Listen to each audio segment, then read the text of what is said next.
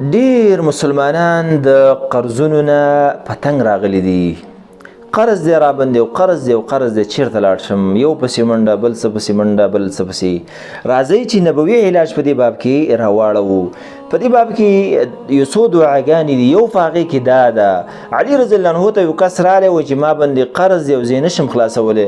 هغه ورته ویل زه به تا ته هغه کلمې وښیم چې کومې ما ته نبي صلی الله علیه وسلم ښودلې وي، او الله جل جلاله به ستا دا قرض ختم کي، ولو کو دا د جبل صیر په مقدار باندې وي.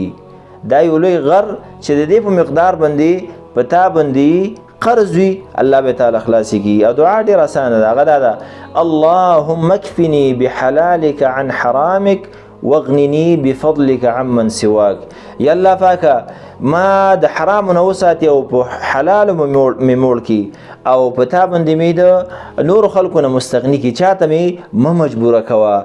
نه دا دعا نبوي علاج دی چې د غر امزول په تا باندې قرض وي، الله بالله خلاصوي. څو ځلې ویل کول پکار دي، څونه چې دې وس ویوه، مونځ نه بعد ویوه، د شپې را پاڅېږي، هر وخت کې دا دعا وایه، الله پاک به ستا دا مشکل ختمی، قرض به د الله ختمی.